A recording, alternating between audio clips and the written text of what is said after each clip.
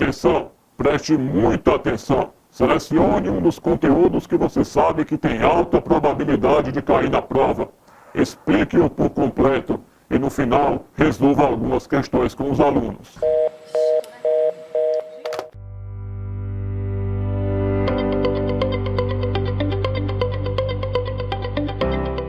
Salve, salve meus ninjas, galerinha! Sejam bem-vindos a esse vídeo onde hoje nós temos uma missão. Eu tenho que revelar para vocês aqui um tema que eu acho que tem uma alta probabilidade de cair na nossa próxima prova. Oswaldo, qual seria um tema massa que você acha que tem assim uma alta probabilidade de cair na prova, que sempre vem caindo com muita frequência? Esse tema é estoque. NBCTG 16R2 vai ser o tema da nossa aula de hoje, então é por aqui que a gente vai começar. Lembra de vir aqui embaixo, na descrição do vídeo, vai ter um link onde você vai poder fazer o download e baixar a nossa apostilazinha da aula de hoje para que você possa acompanhar melhor. Fechado? Maravilha, maravilha! Então vem para cá e vamos dar uma olhadinha aqui no nosso conteúdo aqui da nossa aula de hoje, NBCTG 16. E antes de começar, vamos para a nossa frase do dia. E ela diz assim, ó: nas horas difíceis, jamais baixe a cabeça, porque a solução para o problema não está no chão, mas sim na sua determinação. Olha que beleza, que maravilha, que frase de impacto para você poder se encher de energia e a gente começar aqui a nossa aula de hoje. Então vamos lá. Gente, dentro da operação de estoque, um dos temas mais importantes que a gente precisa trabalhar são o quê? Primeiro, a parte de definição do que é o estoque, quando é que ele vai ser classificado como estoque, e a ficha de controle de estoque. Então a gente vai trabalhar método PEPS, método da média ponderada, que são os que mais são cobrados em prova. Então pensa aqui comigo inicialmente. Oswaldo, o que é estoque? Estoque é o material que eu compro para vender. Estoque é o material que eu fabrico para poder vender, ou então estoque também pode ser o quê? Pode ser algo que eu vou consumir na minha operação. É interessante a gente prestar atenção nesse detalhe, porque assim, ó, a gente fala de estoque, a gente sempre pensa em estoque algo que a gente compra para vender. Só que não necessariamente é. Vamos imaginar, por exemplo, um hotel. Um hotel compra detergente, sabão em pó, compra amaciante, são itens que ele vai vender. Já pensou? Você abre lá o frigobar daquele hotel maravilhoso que você queria ir, lá dentro tem um amaciante. Aí você diz, puxa vida, tudo que eu mais queria nesse momento era poder comprar um amaciante. Não tem nada a ver com isso, né, gente? Um hotel não vai vender um amaciante. Mas ele precisa do amaciante para poder prestar o serviço para o cliente, ofertar um quarto com conforto, aquele cheirinho gostoso, enfim, precisa. Então veja, o hotel ele compra não para poder vender para o cliente, mas para poder utilizar na operação. Isso também é estoque. Estoque pode ser para comprar para vender, pode ser fabricar para vender, como pode ser para consumo próprio na operação. Então vem comigo aqui, ó.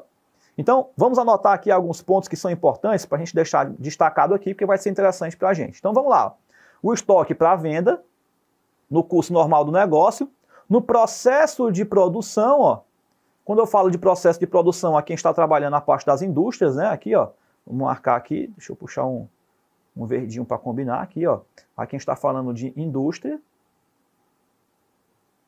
A indústria aqui, ó, ela trabalha com a parte de produção. Então a produção, lembra lá dos estoques, né? Tem estoque de matéria-prima, tem um estoque de material em elaboração, aí a gente tem o estoque de produto acabado, enfim, tudo passa por um processo de produção. Maravilha, beleza. Da forma de materiais ou suprimentos a serem consumidos, gente. Ó, olha aqui, ó, consumidos. Ou seja, eu posso comprar para usar na minha operação também o estoque. Ou transformados no processo de produção ou prestação de serviço. Beleza. Outro detalhe importante que a gente precisa saber é esse valor realizável líquido. E aí veja para cá, olha para mim e preste atenção. Quando a gente fala de valor realizável líquido, é importante que nós saibamos essa definição, porque esse é um dos critérios de avaliação do estoque, entre o custo e o valor realizável líquido, dos dois o menor. Então a gente precisa saber o que é custo e a gente precisa saber o que é valor realizável líquido. Então vem para cá, ó. Olha comigo. O valor realizável líquido... Opa, deixa eu pegar aqui meu pincel, aqui... Tá um azulzinho agora, vamos lá. O valor realizável líquido é o preço de venda estimado no custo normal dos negócios, deduzido dos custos estimados para a sua conclusão e dos gastos estimados necessários para se concretizar a venda. Muito bem, então aqui eu estou falando de um valor realizável líquido. E o custo nada mais é do que? O custo é o meu valor de aquisição. Valor de aquisição. Muito bem.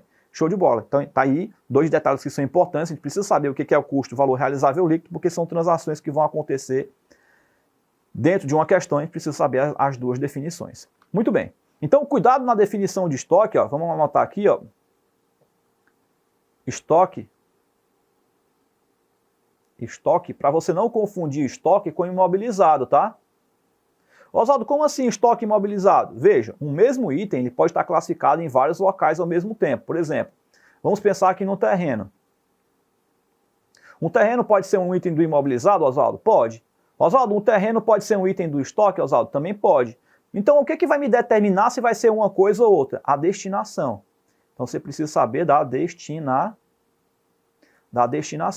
Ô, Oswaldo, como assim? Ó? Por exemplo, se você comprar o terreno para uso,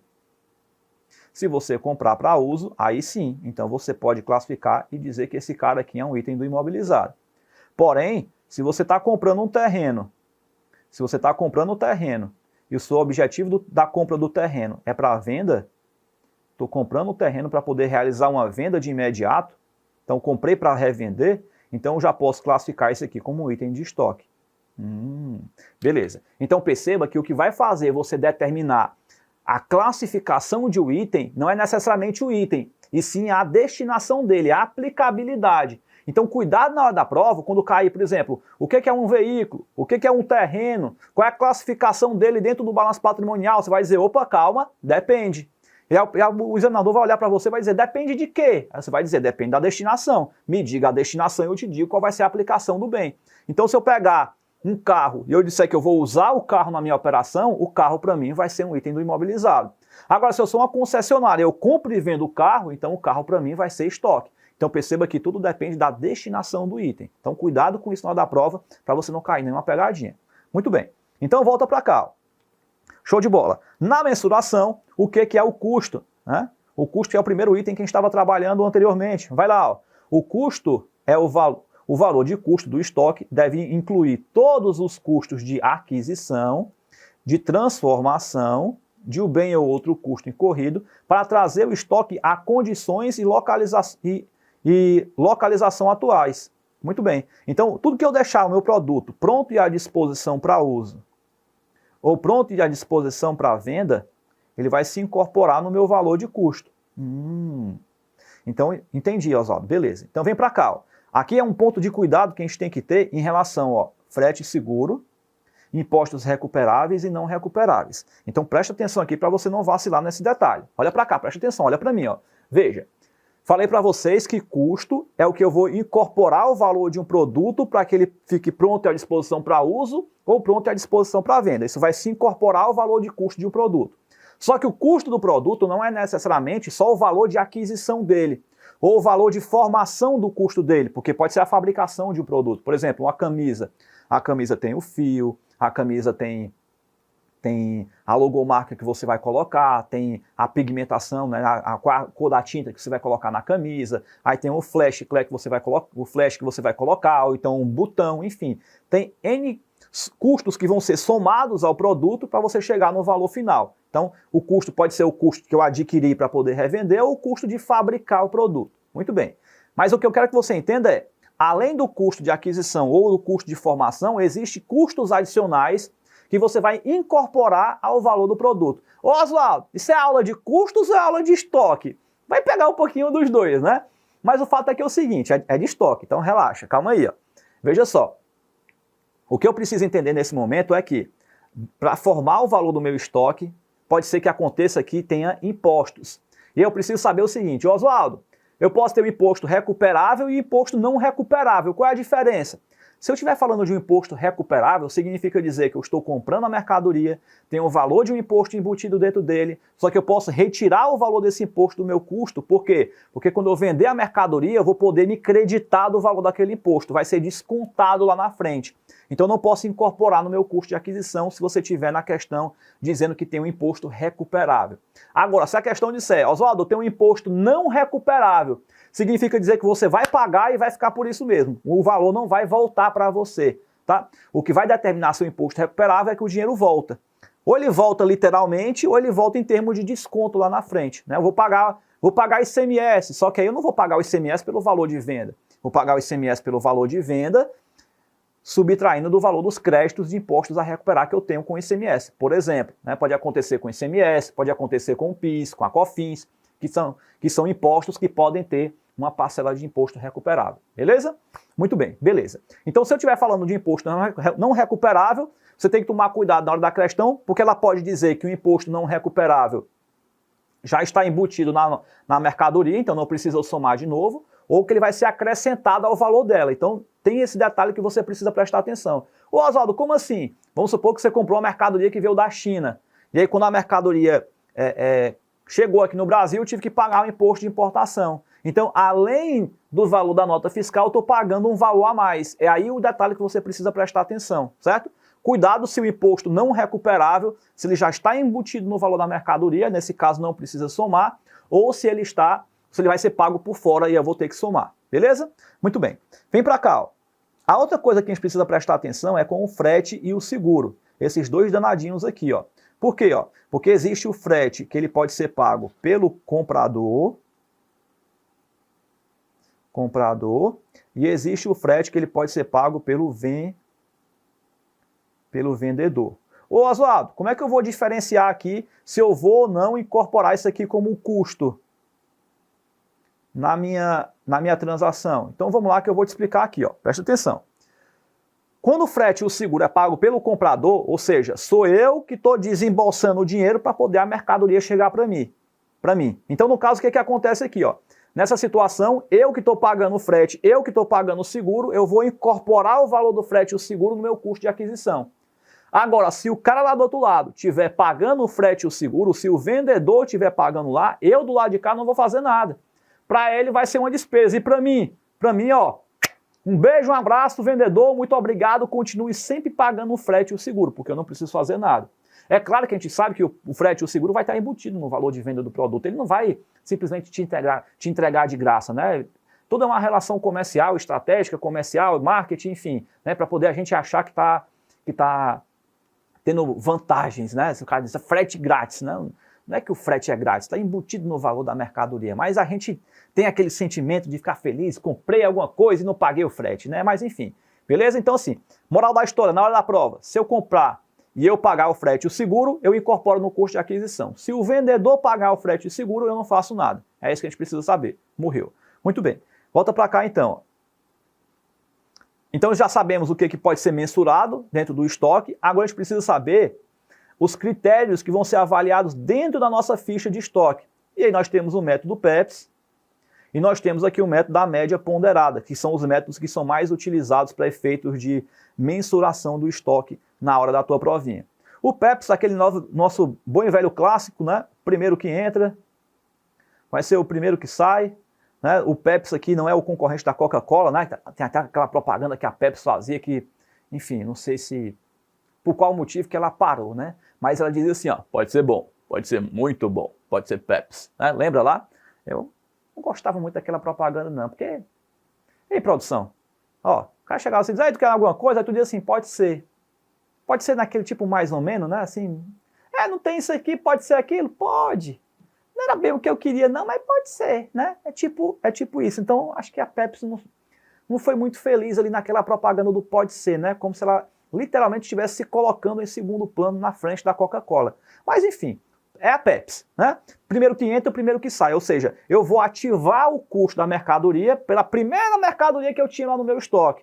Então, quando eu vou vender, eu vou olhar qual é a primeira mercadoria que eu ainda tenho no estoque, então pega lá o custo dela e a gente vai ativar. Então, isso é o método PEPS. Ele é aceito tanto pelo regulamento do imposto de renda, como ele é aceito pelas normas brasileiras de contabilidade. Existe o método EPS também, mas ele não é aceito por nenhum canto, nem pelo regulamento, nem pelas normas. Por quê, Oswaldo? Porque o método EPS é o último que entra, o primeiro que sai. E a gente tem uma tendência que a última mercadoria que a gente for comprar, que ela seja mais cara do que a primeira, confere? Então, se a gente tem um custo mais alto, a gente ativa um CMV mais alto também na DRE. Um CMV mais alto na DRE, o que acontece com o lucro da empresa? Cai. Isso é bom para os investidores? Não. Então, para efeito de normas brasileiras de contabilidade, isso não é legal. E para o efeito de imposto de renda, se eu tenho um custo maior, eu tenho um lucro menor. Se eu tenho um lucro menor, eu pago menos imposto. A Receita Federal quer isso? Não. Ela quer que você pague o máximo de imposto possível. Então, o método EPS não vai ser o mais adequado para ela. Então, nem para efeito de normas, nem para efeito de regulamento de imposto de renda, o método EPS é aceito. E o método PEPS, Oswaldo? O método PEPS, o primeiro que entra é o primeiro que sai. Então perceba que quanto mais antiga for minha mercadoria, maior é a tendência de que o custo seja mais baixo. Se o custo vai ser mais baixo, eu vou ter um lucro mais alto. Eu tenho um lucro mais alto, isso é bom para os investidores, Oswaldo? Sim, porque você vai ver a empresa apresentando um lucro maior, isso é legal. Para efeito de Receita Federal, Oswaldo, se eu tenho um custo mais baixo, eu tenho um lucro mais alto. Se eu tenho um lucro mais alto, eu pago mais imposto.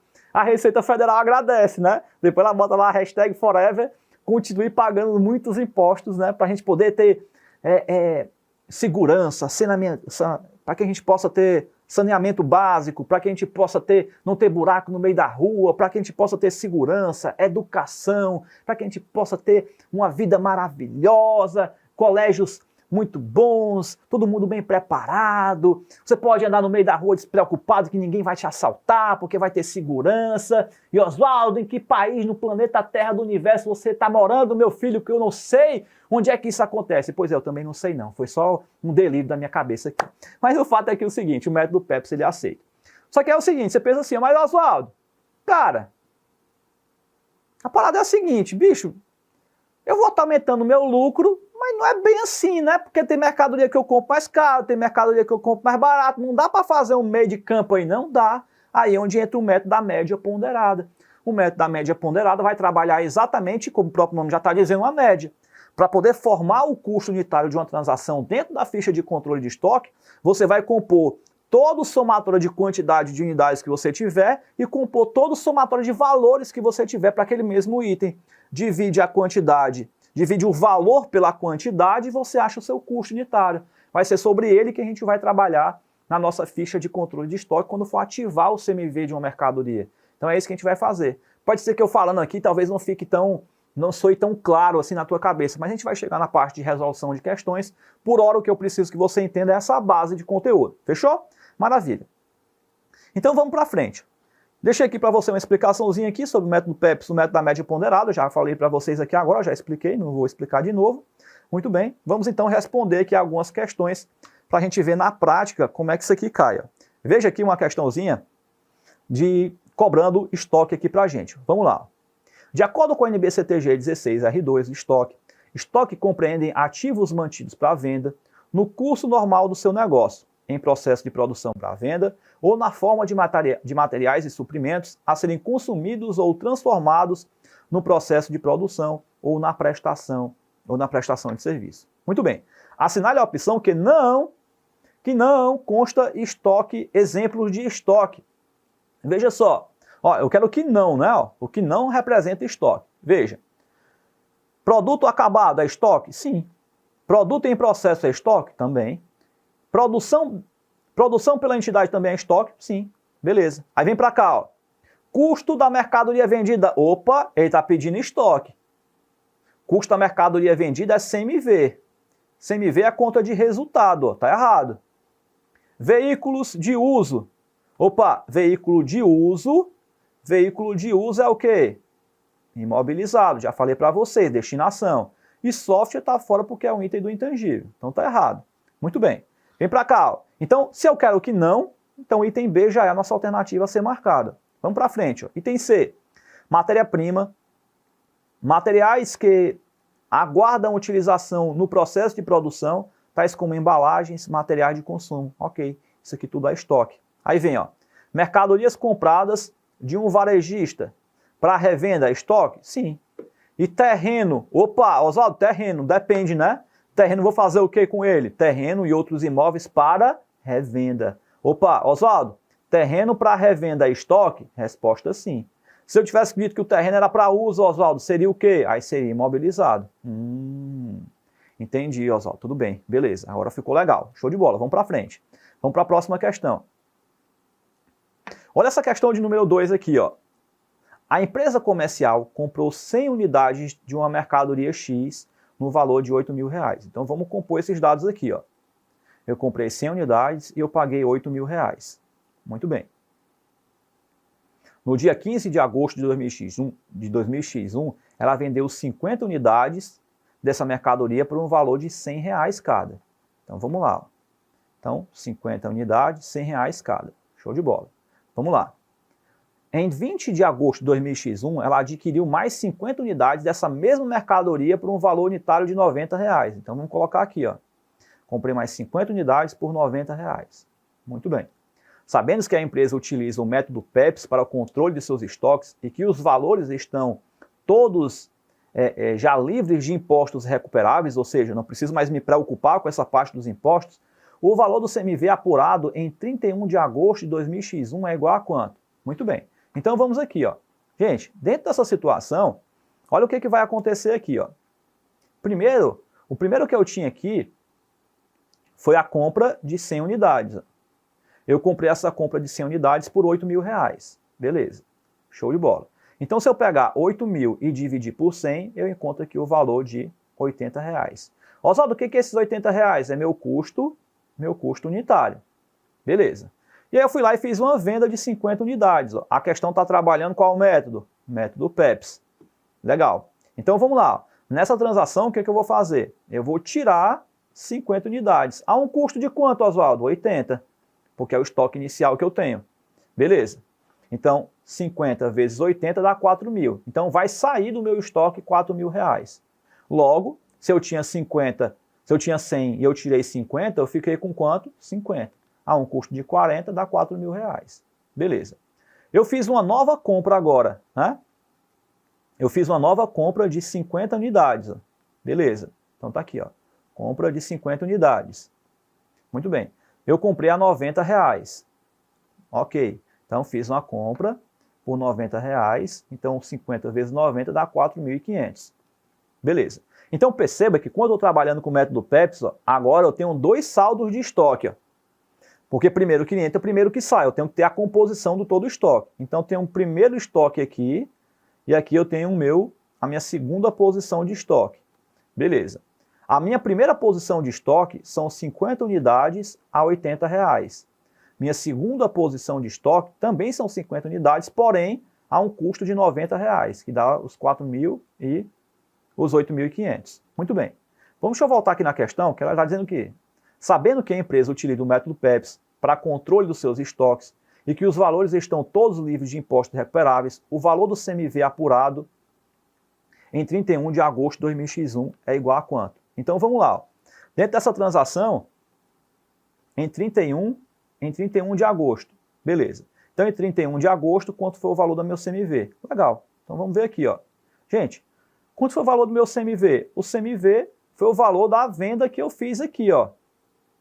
Eu fiz uma venda de 50 unidades a um custo de R$80, que dá o valor de R$4.000. Muito bem. Então a nossa resposta aqui, ela está aqui no item A. Oswaldo, e para que você respondeu aqui todo esse resto do item aqui? Ó? Por dois motivos. Por dois motivos. Primeiro, aqui a gente não está para fazer a prova, aqui a gente está para conhecimento. Conhecimento. Então, estou destrinchando a questão como um todo, tá? Porque, por exemplo, ó, se aqui no segundo momento ele fosse fazer uma nova venda, e aí vamos supor que fosse feita uma venda de 60 unidades, por exemplo, o que eu ia fazer? Eu ia pegar na primeira posição do estoque, vamos puxar aqui para baixo, eu ia pegar na primeira posição do estoque, ia baixar as 50 unidades que eu tenho, e eu ia para a minha segunda posição de estoque e ia abaixar 10 unidades, para poder fechar os 60. Ó. Primeiro que entra, primeiro que sai, eu dou prioridade para cá e depois para o que vem depois. Beleza? Mas na questão ele só pedia aqui. Estou mostrando para você, a título de conhecimento, como é que você vai fazer a tratativa do estoque no segundo momento, quando eu tiver uma próxima venda aqui, ó, como é que eu vou proceder? Já que é primeiro que entra, primeiro que sai, então primeiro eu tenho que zerar esse estoque para depois eu zerar esse cara aqui, ó. Legal? Mas o segundo ponto que eu quero colocar aqui para vocês aqui, ó, que eu quero deixar é a atenção. Oswaldo, atenção por quê? Ó? Porque o examinador, ele adora pegar da gente e fazer o quê? Fazer com que a gente resolva mais do que a questão pede. E aí o que acontece? Se eu não tiver atenção, o que vai acontecer comigo? Eu vou perder tempo na hora da prova. Porque se a questão está pedindo o CMV, para que aconteça o CMV tem que acontecer uma venda. Ok. Oswaldo, se tem que acontecer uma venda, então o que eu preciso ver? Eu preciso amarrar aqui onde teve uma venda. E eu só tive aqui de venda. Então, se daqui para baixo não teve mais venda, não me importa na questão. Ah, então essa questão aqui, Oswaldo, nem precisava fazer, né? Essa parte aqui da segunda compra, não. Porque só estava falando da primeira venda, então a nossa resposta aqui está no item A. Muito bem. Mas destrinchei a questão inteira para você a título de conhecimento. Muito bem. Vamos então aqui para mais uma questão. Ó. Essa aqui trabalhando com o custo médio. Vamos lá. Ó. A empresa Genipapo S.A. controla o próprio estoque pelo critério de média ponderada móvel. Então fizemos uma questão pelo método PEPS. Vamos fazer agora uma questão pelo método da média móvel. No mês de dezembro de 2016, a empresa realizou as seguintes operações. Ele deu aqui as operações aqui para a gente. E ele pergunta, a empresa possuía, no final de novembro de 2016, 300 unidades de estoque final a um custo médio de R$10. O valor do estoque final de 2016 era de quanto? Então vamos lá. Primeira coisa que a gente tem que fazer é o quê? Eu tinha um estoque inicial de 300 unidades, me custava R$10. Logo, eu tinha R$3.000 de estoque. E eu fui lá e fiz uma compra. Eu comprei 300 unidades e eu paguei R$20 por cada uma delas. Muito bem, então vamos lá. 300 unidades, paguei R$20 por cada uma delas, eu tenho R$6.000. Perceba o que vai acontecer aqui no método da média ponderada. Lá eu separava um por um, ó, porque são estoques com custos diferentes, tá vendo? Ó? Então se eu fosse fazer a venda, primeiro eu ia baixar dessa posição de estoque para depois baixar dessa outra posição de estoque. Então veja, nessa situação, eu vou precisar pegar, somar 300 com 300, que dá igual a 600, e aqui do outro lado eu vou pegar 3.000 com 6.000 para dar igual aos R$9.000 de saldo de composição de estoque, e agora eu tenho aqui R$15 de custo médio de estoque. O que aconteceu depois? No dia 10 eu tive uma venda de 120 unidades por um valor de R$40. Vou pegar os R$120, aí vou colocar aqui, ó. Beleza, que é o valor que eu estou vendendo. Então vai dar uma saída aqui, ó. Oswaldo, e os R$40 eu boto aonde? Atenção, gente, ó. Ele está pedindo o quê? O valor final do estoque. Se ele está pedindo o valor final de estoque, ele está falando de custo. Aqui é receita. Cuidado para não pegar esses R$40 aqui e colocar na ficha de controle de estoque. Isso aqui serve para você encontrar o lucro da transação e não a ficha de controle de estoque. Então esses R$40 aqui não vai entrar em canto nenhum. Eu vou colocar o quê? Eu vou colocar os R$15 de custo médio que a gente acabou de calcular aqui, ó. Muito bem, beleza. Então, 120 unidades, que foi o que eu vendi. Ok. Vendi com um custo de R$15, dá igual a 1.800. O que aconteceu depois? Eu fiz outra venda de R$90 e paguei de novo um preço de venda de R$40. Mas esses R$40 não me interessa porque esse aqui é o valor de venda e a ficha de controle de estoque, ó, mais uma vez eu vou baixar pelo meu custo unitário. Beleza, então 90 vezes 15 dá igual a 1.350. O que eu vou fazer agora? Agora a gente vai fazer a composição do saldo final. Olha só do que é meu saldo final. É o 600 menos 120 menos 90 dá igual a quanto? 390. Beleza. Pego os 9.000 menos 1.800 menos 1.350 dá igual a 5.850. Quando você dividir um pelo outro, o valor do custo médio vai se repetir por R$15. Beleza. O que aconteceu depois? Eu fiz uma compra de 60 unidades ó, e paguei por ela R$20. Agora sim, esses R$20 aqui eu vou utilizar, porque aqui é valor de compra. E o valor de compra para a gente vai ser o quê? Vai ser o nosso custo. Ah, olha aí que beleza. Maravilha. Então o que a gente vai fazer aqui? Eu vou pegar e vou colocar aqui as 60 unidades, pagando R$20 por cada unidade, dá igual a R$1.200. Muito bem. Agora o que eu vou fazer? Pego os 390 mais 60, dá igual a quanto? 450. Pego os 5.850, soma mais 1.200, dá igual a 7.050. Muito bem. Agora, se eu pegar um e dividir pelo outro, a gente acha o nosso custo unitário. Perceba, o que foi que a questão pediu para a gente? A questão pediu o valor do estoque final. Então, o que ela quer é esse bonitão aqui, ó. Muito bem. Então, 7.050 é o valor da nossa resposta aqui dessa questão. Oswaldo, para que você fez esse trabalho todinho? Para te mostrar o seguinte. Na questão, ele poderia te fazer outras perguntas. Ó. Ele poderia te perguntar, quanto foi a quantidade final de estoque? Você responderia, 450. Ele poderia te perguntar quanto foi o valor do custo unitário final. Custo unitário final. Foi quanto? Aí você diria 15,67, né? Eita, de acho. Vamos lá. C. Por fim, ele poderia te perguntar quanto é o teu custo total. E aí você diria, né? O custo total do teu estoque, né? Não é nem o custo do total do teu estoque, né? O valor do teu estoque, né? Então assim, ó. Valor final do estoque. Aí seria quanto? 7.050. E ele ainda poderia te perguntar, por exemplo, quanto foi o valor do lucro da transação. O lucro da transação. E aí eu teria que fazer o quê? Eu teria que calcular a minha receita. Quanto foi que eu tive de receita? Aqui, ó, 120 com 90. 120 vezes 90. Opa, perdão, 120 vezes 40, né?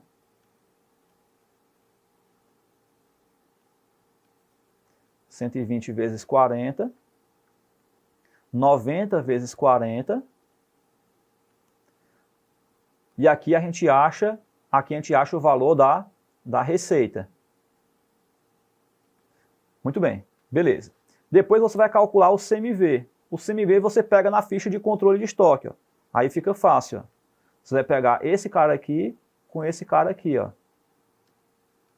Beleza. Aí você pegaria aqui os 1.800 mais 1.350.